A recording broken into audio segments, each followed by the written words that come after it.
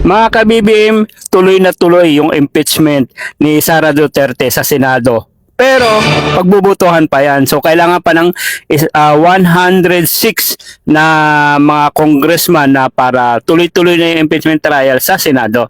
Okay? Isang hakbang na lang. Maaring sa Monday, ayan, sa Monday pagbubutuhan na nila. Dahil ngayong araw, 55 out of 55 committee of justice na talagang bumoto na kailangan ang gusto nila is makarating na sa Senado yung impeachment complaint kay Sara Duterte, no? Doon na itatrial.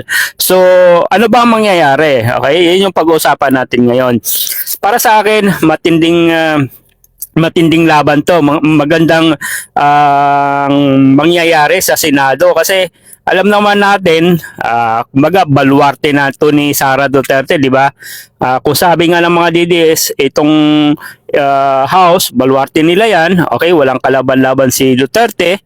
Pero dito sa Senado, yan, baluarte naman to ni Sara Duterte. Itong maganda, aatin yan ito si Sara dahil alam niya baluarte niya yan eh. Siyempre kahit ikaw ba naman pag sinabing grupo mo yan, aba ay doon ka magyayabang ngayon, di ba? Aatin siya ngayon, sisipot siya doon. So ano ba mangyayari? Nakaka-excite yan doon mga ka-BBM pagdating sa Senado. Kung nakakapanood kayo ng mga trial before, no? Sa impeachment trial, La Corona, kala Joseph Estrada, exciting talaga. Kumbaga salitang kanto, bardagulan ang mangyayari doon kasi labasan talaga ng ebidensya, di ba? So dito labasan talaga ng mga utak, mga abogado, mga prosecutor, mga defense ni Sara Duterte, pagalingan talaga dito, no? Hindi lang pagalingan o matalino, kailangan may ebidensya dito, di ba? Matindi ang labanan doon. So nakaka-excite, kumbaga nandoon na lahat sa Senado. So lahat tututok dyan dito sa Senado. O kung sa House, medyo kumbaga alam natin ang mangyayari, di ba? Pinakita lang yung ebidensya pero alam ko na mangyayari na talagang magtuloy-tuloy. So dito wala nang limit kasi sa House bawal dito, bawal doon. So dito sa Senado ay matinding kumbaga labasan talaga ng baho. Dito magkakaalaman 'yan. Wag na tingnan natin kung i-convict si Sara o i-acquit lang. Wag na tayo doon, no? Ang tingnan natin yung magiging yung resulta nung trial, di ba? Kasi lalabas yung SALN, lalabas yung sa AMLAC, no? Maraming ihaharap na mga witness, maraming mangyayari sa Senado mga ka-BBM. Napakaganda. Kung hindi ka pa nakaranas manood ng mga ganyang trial sa impeachment, diba? This time, ang maganda ngayon, nakaka-excite, di ba? Kasi imagine mo guys, billion na ang nakataya dito. 'Di ba? Hindi lang basta milyon yan, billion. Baka hindi lang 6.77 billion ang mailalabas. Baka mas matindi kasi ang 6.7 yun yung mga 500 million above lang naman na nadidetect ng AMLAC eh. Eh paano yung mga nagwi-withdraw na 500 million below? So hindi natitrace yun. So dito sa Senado, magkakaalaman yan, no? Tapos yung pagbabanta, marami. Talagang paldo na naman itong mga vlogger, di ba? Maraming manonood eh.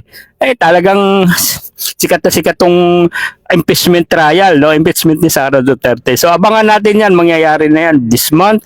Sana nga para matapos na yung trial na yan, di ba? So kumbaga sa House, parang practice. Kung sa sundalo, practice yung mga firing. Pero sa Senado ay tunay na bakbakan yun mga ka-BBM. Napakaganda yan. Kailangan tutok ka. Bawat patak ng segundo, tutok ka sa mga sinasabi. No? Magiging abogado na tayo once na pakapanood tayo ng impeachment trial. Parang pelikula, no? Talagang titigil ang mundo, titigil ang bansang Pilipinas para lang sa impeachment trial. Promise, kung hindi mo pa naranasan yan, napakaganda.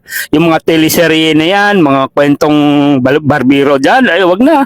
Manood tayo ng impeachment trial. Tingnan natin kung paano taubin, paano i-convict itong si Sara Duterte. Sana nga, magkamali ako. Ang sa akin lang is ma-convict yan. mas lalong masaya. Pero kung hindi man, dahil alam naman natin maraming manok si Sara dyan, mga senador, okay lang. Basta mahalaga, mailabas lang natin yung baho, yung yaman, yung kurap ng mga Duterte. Mahalaga na po yun sa atin dahil kung tatakbo siya sa eleksyon, yung mga ibang DDS, lalo na mga kabataan ngayon, magbabagong isip yun. Na dating Duterte ako, ay baka ayaw na. Dahil imagine mo, Vice President pa lang, bilyon-bilyon na yung kinukuha niya ng pera sa kaba ng bayan nang galing sa tax natin. What if pag naging president, hindi lang bilyon, baka trilyon-trilyon na ang nanakawin. Mas lalong hindi tayo uunlad, aasinso yung bansa natin. 'Di ba? So itong impeachment talaga ang pinakamagandang talagang solusyon para maalis natin yung mga korap, lalo na sa mga ganitong napakataas na posisyon like Vice President, di ba? So, abangan natin yan. For me, excited ang mangyayari.